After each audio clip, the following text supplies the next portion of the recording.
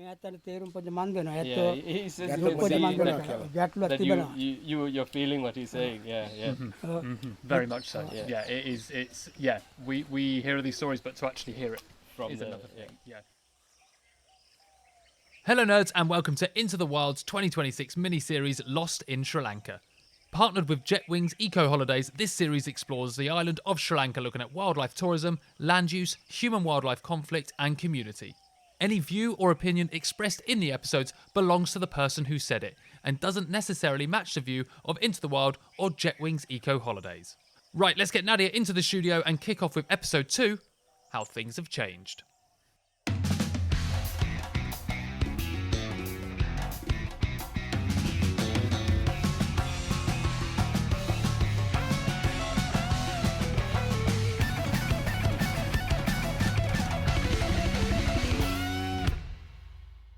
I think my favourite meal that I ate in Sri Lanka. We're recording at dinner time. I hate this. Hey, this isn't fun for me to reflect.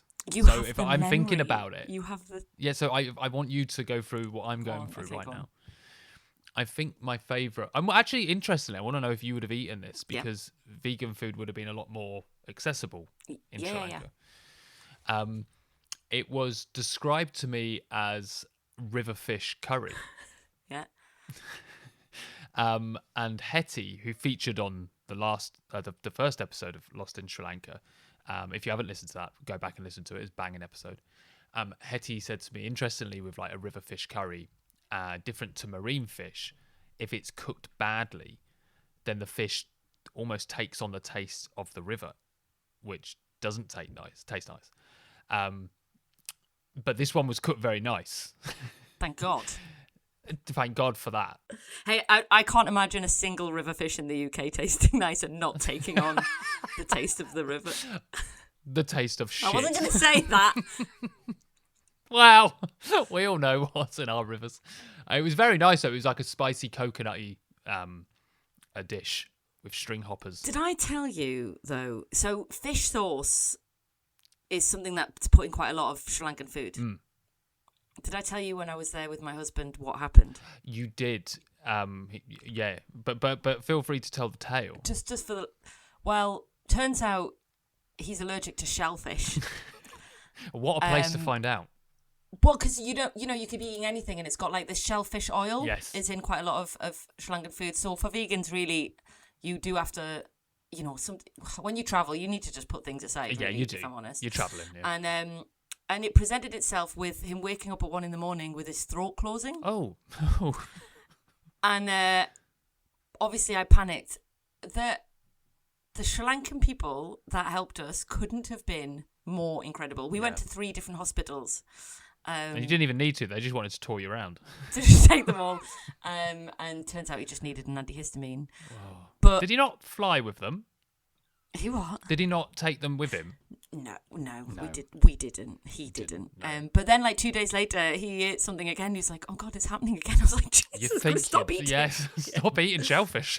Anyway, but the food was so good, I would risk a little bit of anaphylaxis. But yeah. So it was very nice. It was very nice. Yeah, would you have lovely. eaten the river fish curry?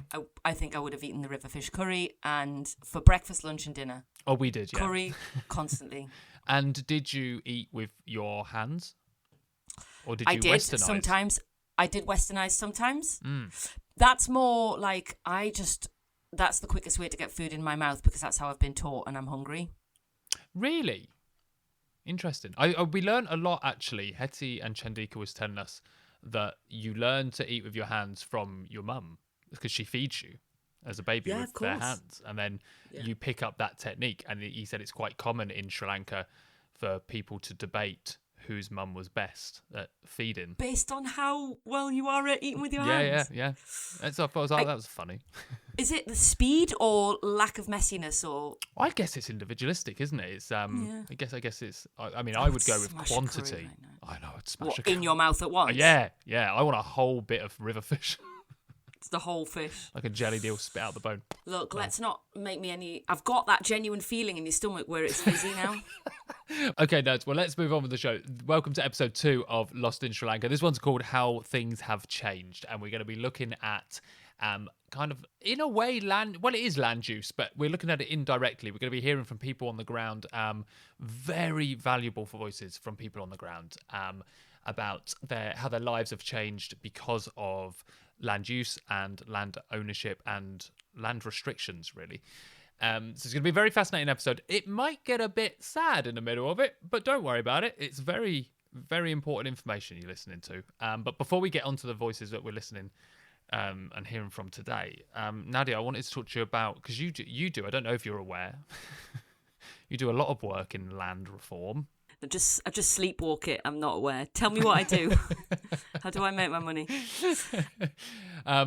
Yeah, do you want to talk us a bit about how, because it's interesting how I think a lot of people don't think about land justice in England. They probably think about it a bit more now, but not probably like 20 or 30 years ago. Whereas, it's travelled around the globe in the form of colonisation, and that's spread into conservation. Do you want to tell us a bit about how and why that's happened? I'm going to try and give you like 1,000 years history very, very quickly, which is like, generally we, as a free people, not under the power of... So, okay, how do I say this? I guess we have...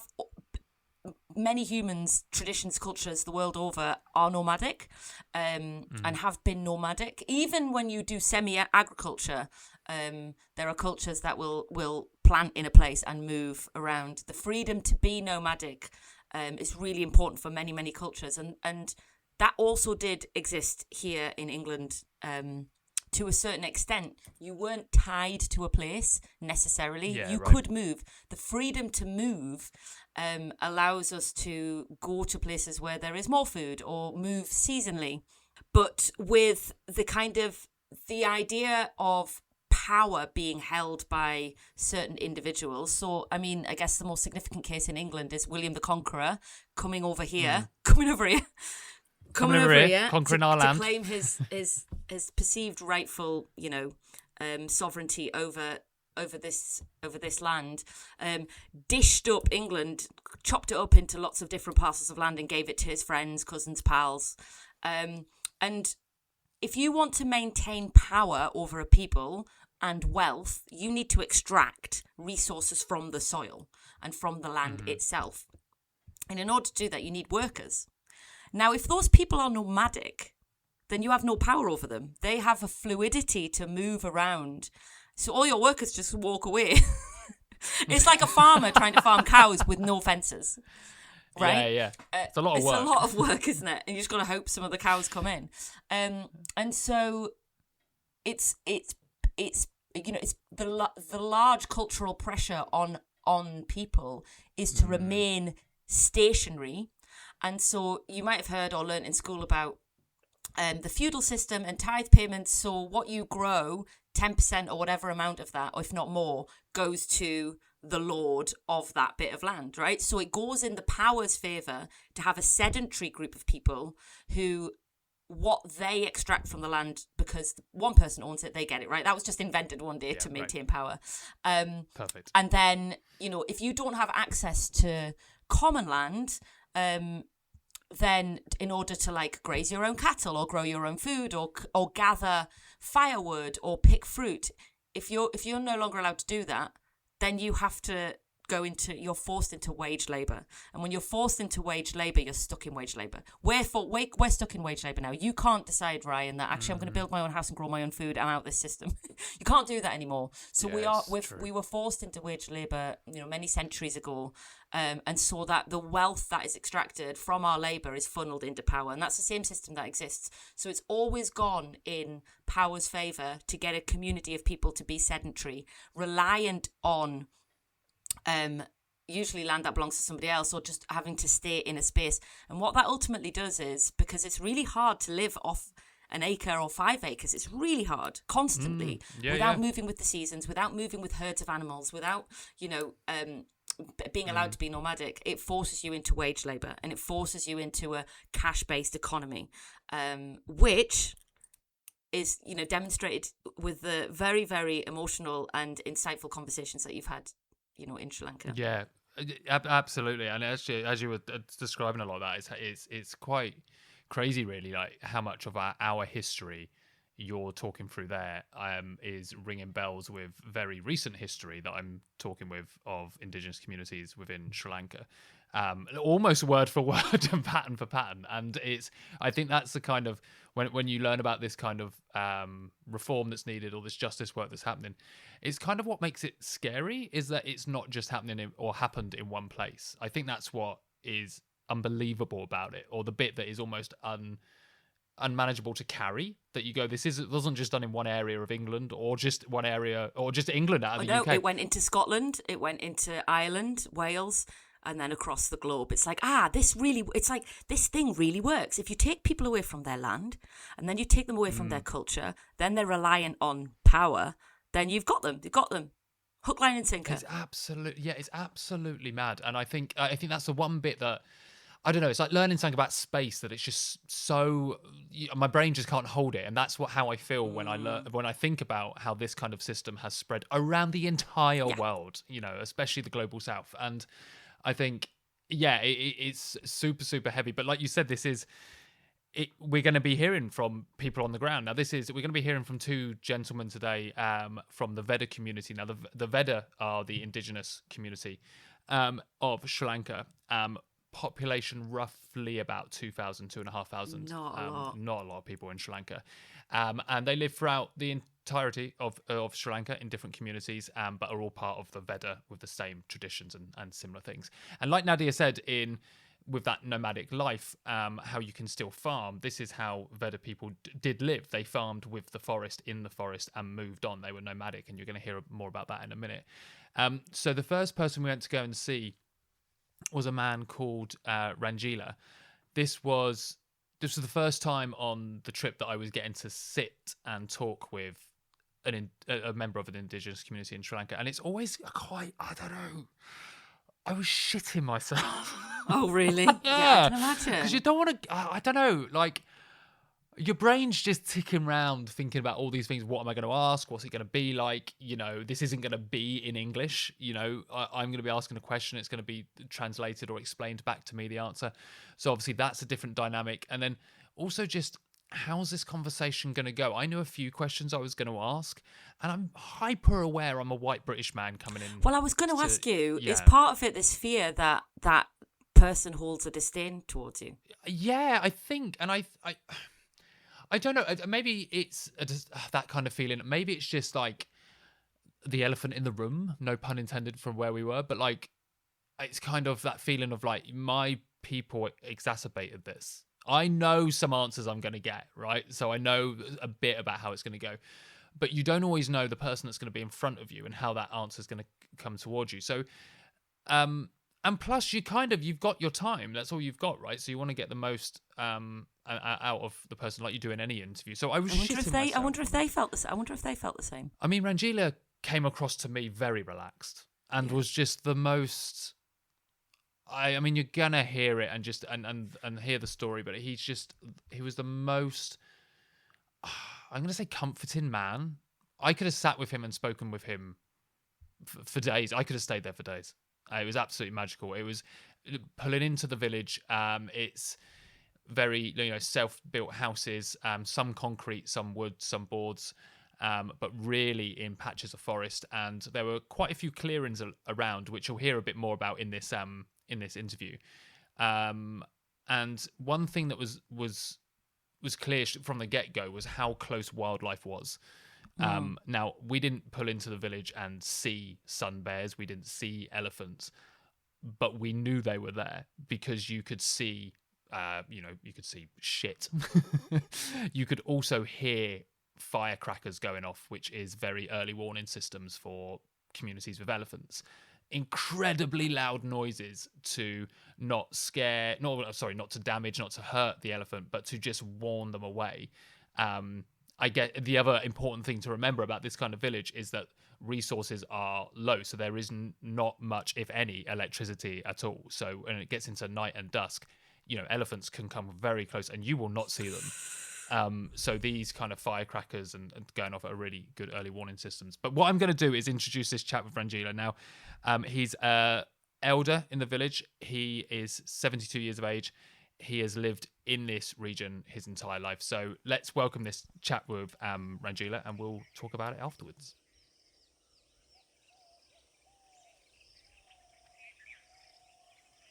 Okay, so when you're sat in a rural village in the middle of Sri Lanka with a member of the indigenous community, there are so many questions going around your head. Going, how do I start this? What do I ask first? But I started with quite a basic question, and one that might seem to have a bit of an obvious answer, but I simply asked Ranjila if he had always lived in the village that we were sat in right now.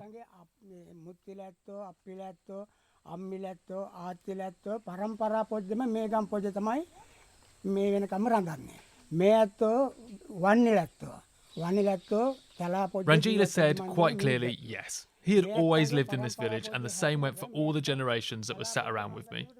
I also wanted to ask Ranjila about the axe that rests on his shoulder. I was intrigued about not what its purpose was, but more about the positioning. He explained to me that this was part of the Vedda people's tradition. It is something they've always worn, and the reason being is his community live and breathe in the forest. It works and is treated as their protection against bears, wild boar and leopards, but it's also part of their heritage. By wearing it, it protects that very being. For someone who lives and breathes in the forest, I wanted to know a bit more about Ranjila's connection to it. I asked him what the forest meant to him.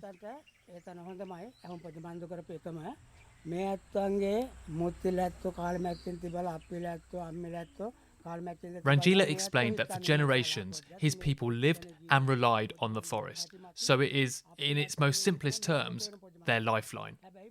The Vedda have used the forest for farming and to hold their homes, which traditionally were mud huts. But he focused strongly on the point that the forest is their lifeline, and if the forest didn't exist, it would directly impact their own existence.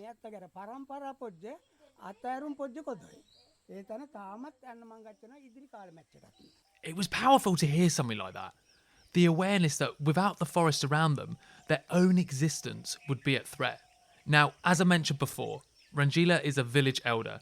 He's in his mid-70s, so something I was keen to ask him was how life has changed compared to his life 50 years ago in this very forest.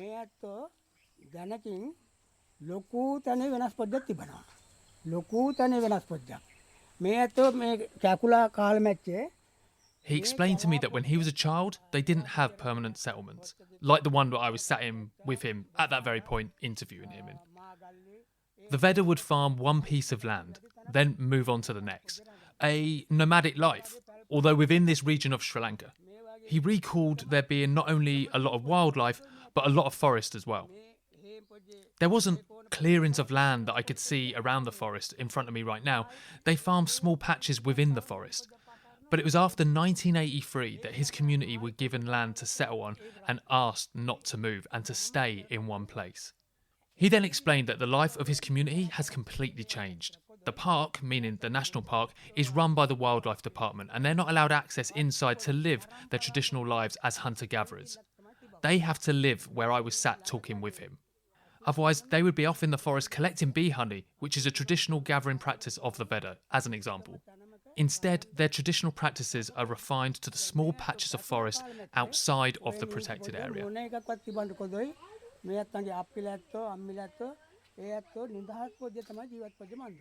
It wasn't nice to hear. It certainly wasn't nice when you're sat in front of someone who has witnessed and experienced this, and I couldn't ignore that my people played a big part in these kind of decisions and practices happening. So I got straight to it. I asked Ranjila how that made him feel, going from a nomadic life to being forced to settle and not move.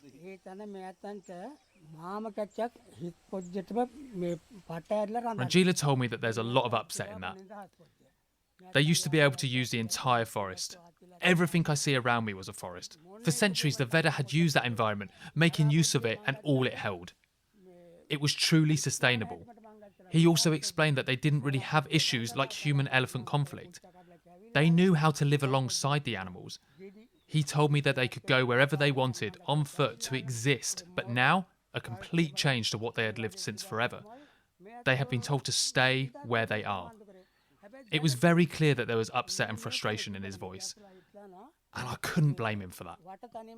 I really felt the energy shift with my chat with Ranjila in this moment. I felt the emotion in him as he told me how his community had been forced to change the way they exist.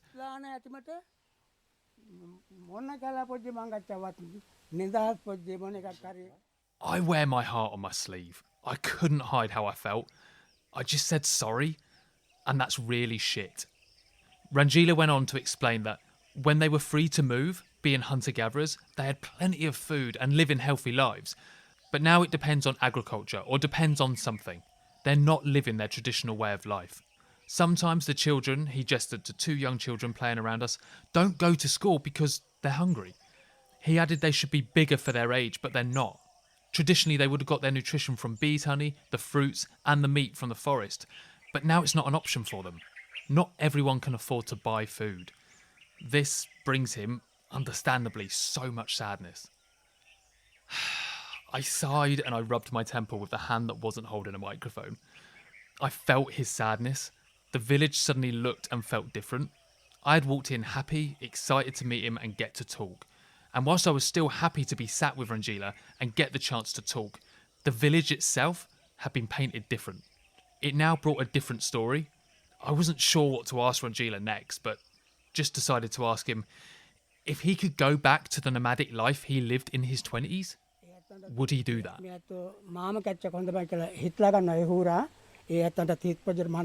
I mean, obviously the answer was yes.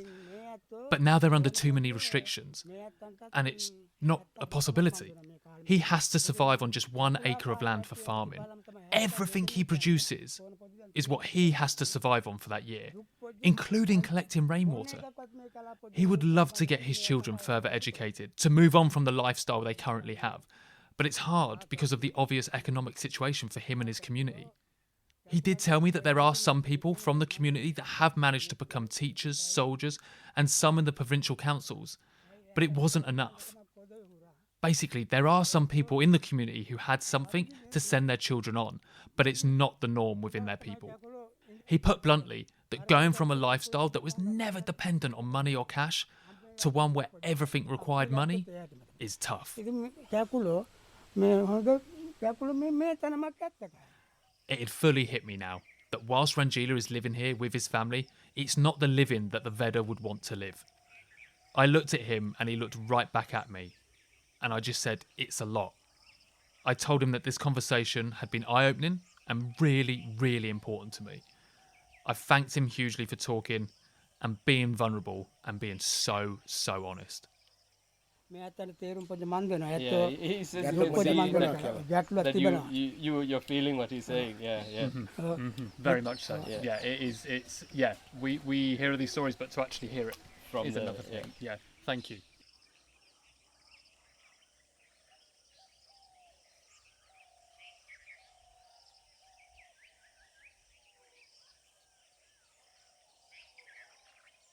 It's so, I don't know, it feels really, because I do this, I work in long history, and it's always very affronting when you hear someone talk about it in things that have happened in a lifetime. Yes, yeah, exactly that. And the living memory of freedom and then no freedom. Which is, I guess, is exactly what we were talking about, and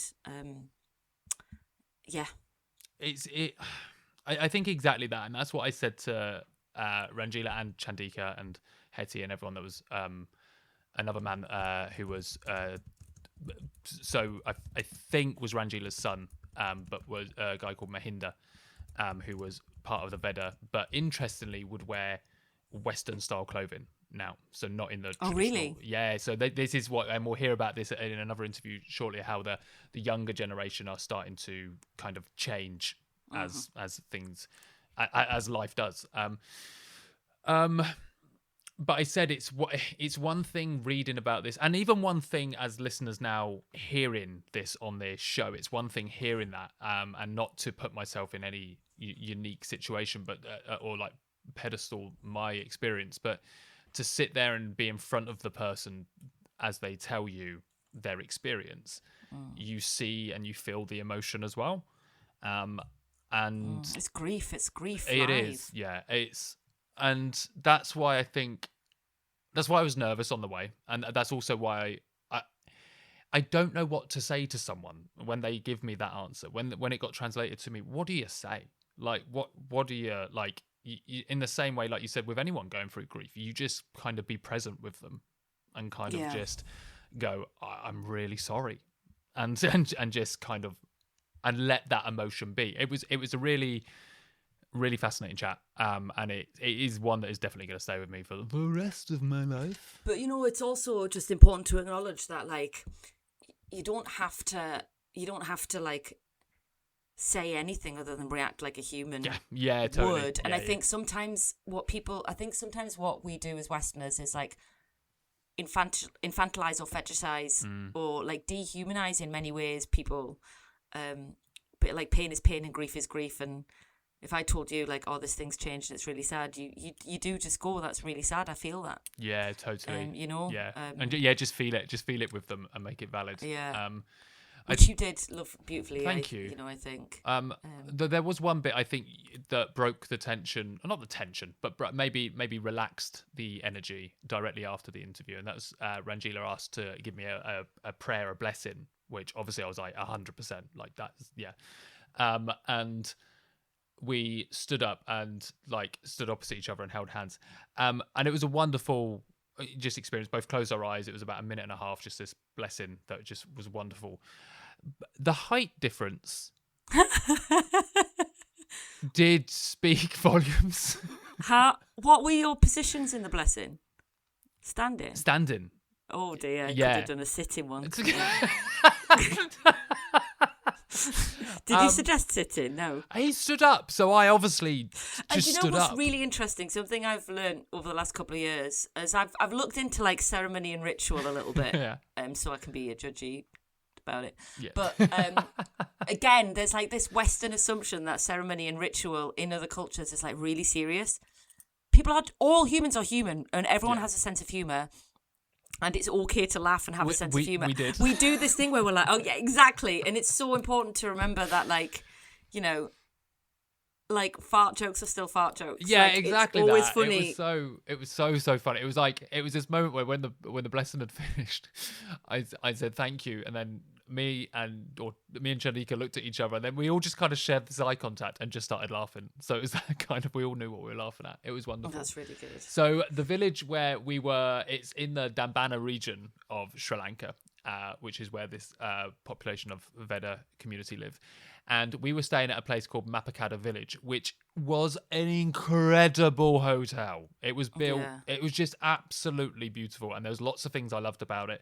One thing I really liked about it, I was talking to the general manager, Dinesh, and he said to me that it's Sri Lankan owned, and one thing they pride themselves on is working with the local community and training members of the local community or rural members of the rural villages in hospitality. So he admitted that not everything at the hotel is always going to be perfect, and that's the point, is that it's a place for people to learn skills, to be able to go off in hospitality if they so choose to, so they have a opportunity within their own country to earn a living.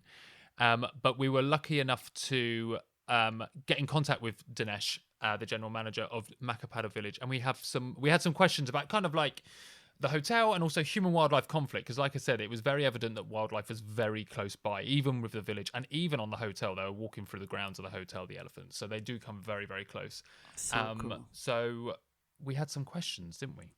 We did.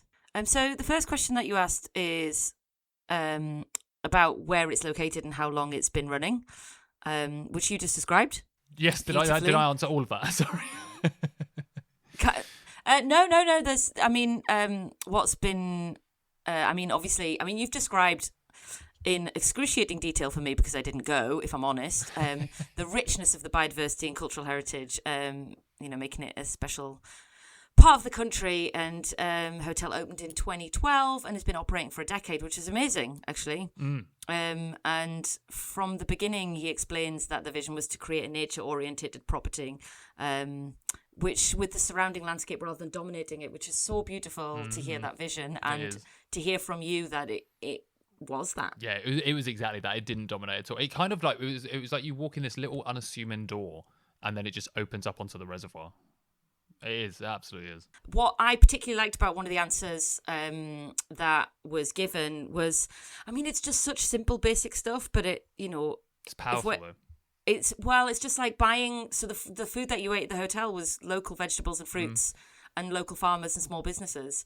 So it keeps the money within the community. And to like, again, this is probably, this is me being like, this is me being so conditioned, but like, the retrofitting of traditional ideas of community on Western culture, where you might go to a bougie little cafe or restaurant, which is like, we use local organic farmers, and it's like, wow, this is this new concept that we have here. Like, if you go to we use local suppliers and all of this, and it's just like everybody understands the value of keeping resources within a community, and there were people doing it a lot before. What are the guys called? Hipsters. Do you know what it is? What you've just described is so hipster. Is it? Do you know what I mean? I know. It's like natural in its environment. Like we hire local people and local vegetables. And it's very. If this was England, it would be like white person dreadlocks kind of. Yeah, it would be that vibe. It would be that vibe. Or like you have to be really rich. Or those are the you have to be mega rich to afford it. But yeah, it's it was very interesting. It was very nice to hear the hotel did that. It sounds like a really beautiful place, and also too good to be true. But it made me think that if you are, this whole series, me and Ryan have always just had this kind of like sideways glance at wildlife tourism, and like we don't know how we feel about it still. I think as two people, like there are good bits and there are bad bits, and certainly like if you are going to travel, don't go to the Radisson Blu, or find somewhere where the money stays within the local community, totally. and local people are hired, and it sounds like it's having minimal or positive. Actually, it's leaving a positive impact. So, and then on to human wildlife conflict. And just to remind our listeners, this is something that we've talked about time and time again, and I think it's important to ground our conversation in remembering that humans are a species, like any other animal. And as any other animal, our survival or our existence in the world is based upon interaction with other species. So a daisy that gets picked for a daisy chain might be like, this is human-wildlife conflict right now. We are being picked. But it's just to understand that. No, but like, okay. No, it's true. It's true. It's a very, very, very, well, not to the daisy, I guess. But it's wildlife engaging with other wildlife. We use the word conflict. It's a very human word. Yeah. But I guess with human wildlife conflict, modern human ways of living have engineered new kinds of human wildlife conflict. So it feels like, Yeah, totally. And then you've got the conservationists who are like, humans are bad side of things. And then you've got like the more business minded, or the kind of people who want to eradicate wildlife so that it's no longer a problem, are like, we just need to get rid of wildlife because wildlife's a nuisance, like the whole let's rid the whole of Florida of mosquitoes, for example, those people. So it's understanding that we've created or manufactured new ways of human wildlife conflict, which are in the modern system, I guess. And this hotel is an example of elephants coming super close now, as we've in recent time, like quite fairly rapid, moved into areas which are, because elephants, a lot of animals are traditionally migratory or move around areas which they learn from their parents and their parents' parents and their parents' parents. So they're not out of, they're still within those systems. Yeah. Okay, so you asked the question, what do you think could be done or changed in the area to assist people with human wildlife conflict, and how hotels like, you say it, Mapakada Village, rolls off your tongue, have to play in the solutions for this. And so the answer was human wildlife conflict in Sri Lanka is increasing mainly because of human population growth and expansion into wildlife habitats. Elephant corridors and forest land must be properly protected, and settlement in high-risk areas should be controlled. The Wildlife Department needs more support, better facilities and modern technology such as GPS tracking systems to monitor elephant movements and give early warnings to communities. Hotels like Mapakara Village. Yep, you got this. Also have responsibility to promote responsible tourism, educate guests and support local communities. The long-term solution is to protect both people and wildlife through better planning, technology and cooperation. And it just seems so simple. It does, doesn't it? But I guess there's a lot. It's simple when you write it down on a bit of paper or on an email or whatever, or a plan. But then putting those ideas onto the ground are harder because elephants are large. And it's, going back to like Ranjila and his community, he said to us, they didn't, when they were nomadic or living a nomadic life, they didn't have conflicts with species because they understood the species and the movement, and they understood the forest and stuff. And now they have to stand still and they have to farm one patch of land and not move off of that. They can't move out of the way of the wildlife and stuff. So therefore, conflicts in quotations kind of happens with elephants. And there's a rough statistic that within Sri Lanka, especially this region, that between 5 and 7 people die a year from elephants. But also the similar number for elephants die each year because there's retaliations or just protections from people. And that evening, after speaking with Ranjila, we went on a drive with Mahinda and just to kind of go and see elephants and see how close they get to the village. It was one of the most terrifying wildlife encounters of my life because it was so dark, and you're driving on small roads, and then suddenly Mahinda just told us to stop the car, and he just pointed, and I would say probably about 20, 30 foot just into the trees. We couldn't see anything. And then he shone the light in, and then there was a massive bull elephant just stood there. But it was completely hidden in the darkness. You could not see it. And now the way Mahinda knew it was there, he smelt it. He just smelled, and he said, stop. And then once they described the smell to me, way later off in my trip, when Chandika could smell it, he would point it out and I'd be like, oh, I can smell it now. But it was amazing to see that kind of awareness, even with Mahinda being, a younger generation Vedda, still having that ability to be able to smell wildlife when it's very close. But this is how close they come to people. And it's, so because they're not scared, are they? Elephants aren't like wary of humans. No, I mean, obviously I can't answer that. I guess there will be some fears if we did see some of the community trying to scare away an elephant with torches and stuff, with bright lights at night because they were coming very close to people's houses. So there is that kind of, they try to spook them off, and that's where the firecrackers are used as well. Those very loud bangs. But it's kind of a sad thing to witness for both. Obviously, I'm empathetic for wildlife. I don't want wildlife to be scared or to feel harm or distress. But also, I don't want people to lose their lives, lose their resources, lose their homes as well. So you're kind of seeing it in action, which was a lot. And I think what Dinesh has said there, a lot of it is about education, and not just, we're not talking about the Vedda here. We're talking about, other people within Sri Lanka, that education to learn about the species and have that respect for the species and how close you actually are to them. It's a very interesting discussion. It's very sad as well, but it's to see how close people were getting to them was scary, man. And I guess also like the elephant is just like a figurehead of human wildlife conflict. There must be all kinds of animals that are scared away that you aren't even aware of. Absolutely, so for them, the human wildlife conflict is like there's this whole area now which we can't go in. Yes, yeah, absolutely. And it's just the land has massively changed. It's you've got these big clearings of forest that you never had before. As Ranjila said to me, the whole place where I was sat was a forest before, and we're only talking 50 years ago. It was all forest, and is now you've got these farmed areas where they have to stay.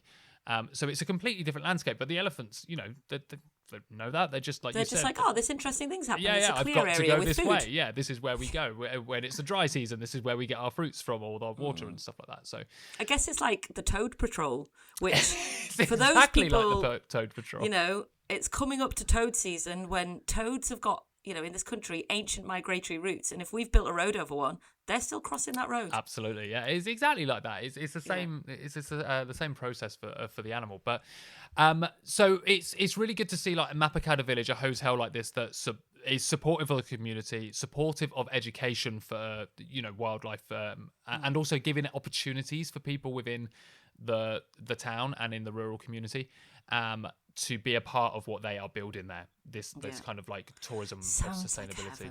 Like It actually, do you know what? Recently, 2 of my friends went to Sri Lanka, and I recommended they go, and they went, and they were blown away. Nice. Yeah, they were absolutely blown away. And the town is very close to a national park, so it's wonderful. But then we went to another area of Sri Lanka, and we met with this area is called Gauoya, which is Gauoya. I'm probably saying it wrong, but that's what the British do. This was more up a bit higher above sea level, and a bit more, I wouldn't say mountainous, but a lot more hills and a lot more greenery around that you could see. And we were staying at a place called Wild Glamping Gauoya, which was stunning. And we met with someone called Gunabanda, who was another elder, a part of the Vedda community. Interestingly, so it's kind of a similar story to Ranjila, his experience with, but you're going to hear more of this in a minute, with once upon a time being nomadic and now not being able to move. However, there is one difference between their two lives, and that is that Gunabanda works with Wild Glamping Gauoya in a way to create money, I guess, as an employee. So I won't say too much because we hear about this in the interview, but this is the interview that I had with Gunabanda to tell us more about his experience and what he hopes for the future of the younger generation of the Vedda as well.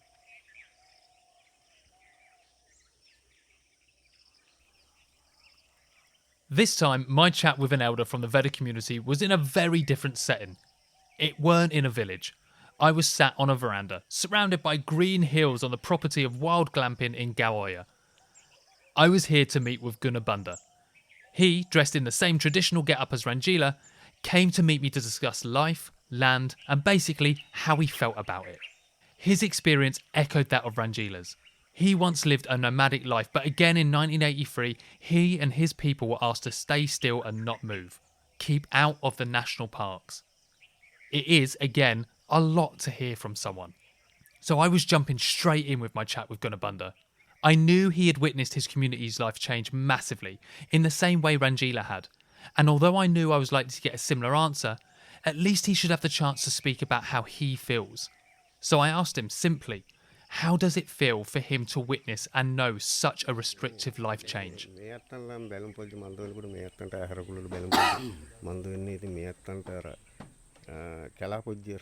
His answer took me back a few nights ago, sat there with Ranjila in Dambana region.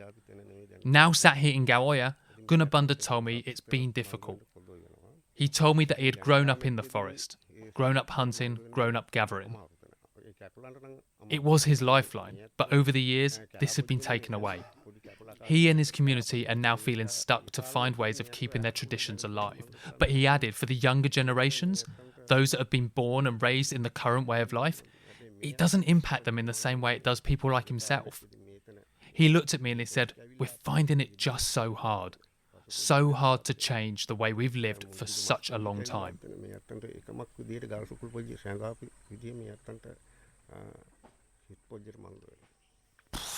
It was just as stomach punching to hear a second time than it was the first time, but my ears did pick up on something different. Gunabanda mentioned the younger generation and how they do not know the traditional life he had lived, and therefore the impacts are less on them. But this sparked a question I had to ask. Losing land is one very tough thing to go through, but slowly losing traditions and stories is another. I asked him if that worries him and his community. Does he worry that the next generation will potentially grow up not knowing the lessons and the ways of life of the forest?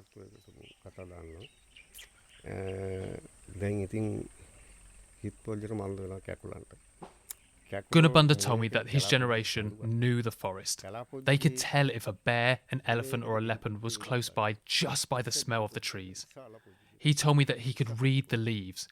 His generation knew the fruits or the mushrooms to avoid and the ones that were for eating. However, the younger generation, despite going into these areas of the forest, do not know the smells. They do not know the leaves. They do not know the right foods to pick, so he knows the knowledge is being lost. He admitted that they might know lessons from books, but the practical lessons are going. He added that even their traditional language, also named Vedda, is being lost. In Sri Lanka today, only around 2,000 people currently speak it, with many of the younger generation now speaking Sinhalese.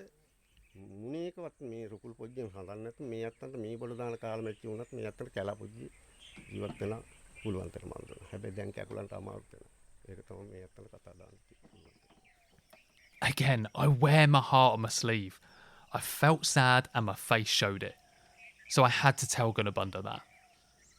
We were interviewing at a lodge, a glamping site, as I said, in Gauoya, surrounded by beautiful green hills. I'd been told that the Vedda benefit from a tourism lodge like this, so I had to ask how.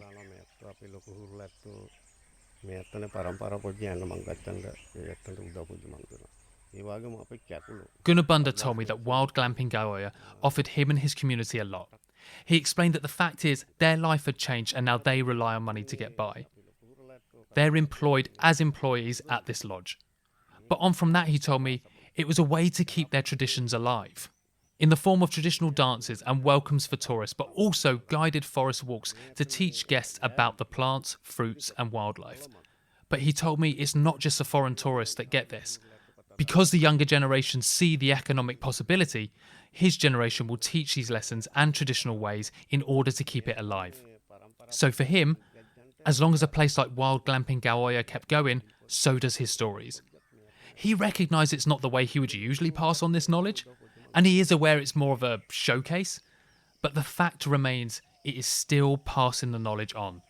The only real catch for him is whether the younger generation will want to continue doing so, whereas if they were hunter-gatherers, they would have to. I'm not sure how I feel about it, if I'm honest, but also, who the fuck am I, you know? Like, I'm serious. Gunabanda hardly wants a white British man saying, yeah, but don't you find that a bit icky? I'm not sure what the Vedda for shut the fuck up is, but I'm pretty sure he would have used it. Basically, it's not for me to judge, it's for me to listen. His community, from what he said, are between a very big rock and a very hard place. They risk losing all their knowledge and their stories, or take this option showcasing it to foreign tourists on a salary whilst also teaching it to the younger generation. Let's be real, it's got an ick feeling, but in no way is Gunabanda responsible for that. Colonisation and fortress-style conservation is. I asked Gunabanda what he hopes for the next generation of his community.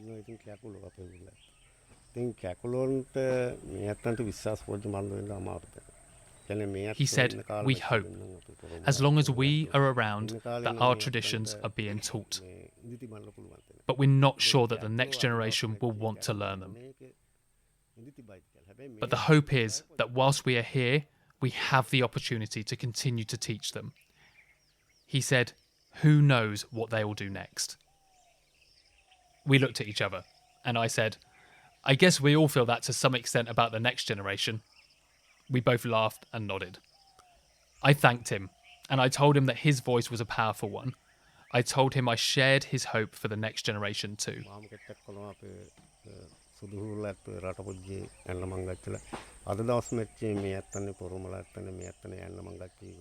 He thanked me, and he gave me his blessings. He said, we share the same hopes for the future, the hope that his people's traditions continue for generations to come.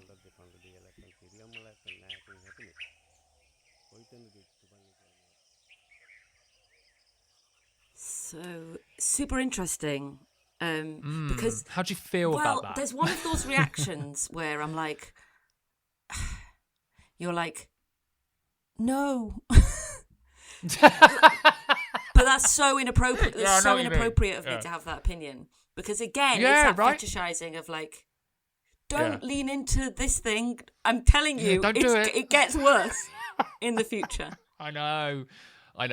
Like I said, who the f*** am I to say that? I'm not going to say that. I'm like, well, no, we're people from the future, in the way like, it's a slippery slope of loss of culture. But actually, they haven't got the means to maintain culture otherwise because they're told they can't move.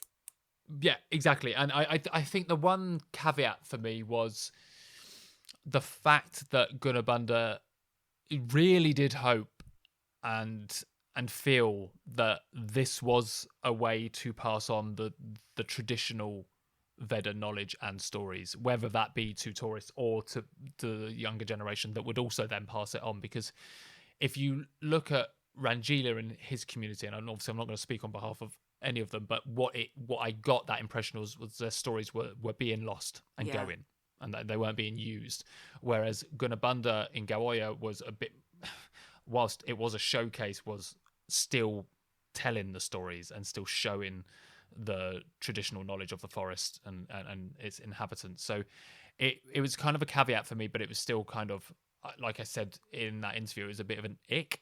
Well, I think it's because we know the West, we know white supremacy and the westernized culture and the darkness of it. Absolutely. And for us to go to other cultures and absorb traditional dance or music, it's just like, there's just an ick that on us of like that as a concept. But for those that are getting to relive it, and they're saying that it's keeping it alive, then that is a beautiful thing. It's almost like it goes back to trophy hunting in a way, where it's like if like traditional, or if like we were in Namibia, people in conservancies who are like, oh no, we kill game and we kill animals for meat, and it's an important part culturally of the diet, but also nothing's growing there. So like meat is the diet, and it is like culturally significantly important to eat kudu and all of the animals that we also eat.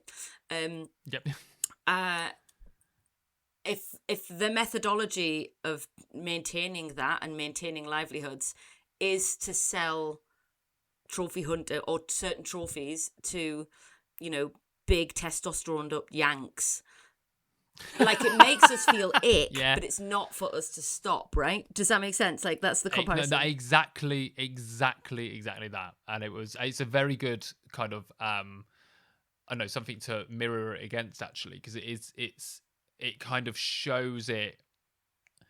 I don't know, maybe that it kind of shows that this kind of tourism, going to a lodge like this, which is described as eco-tourism, where you have members of the indigenous community doing showcases of their traditional knowledge and stories and ceremonies, is kind of the same, or is the same as trophy hunting, like you said, because you're being showcased, you're showing something that the community do. So, and it's not to ignore that the Vedda also hunt, right?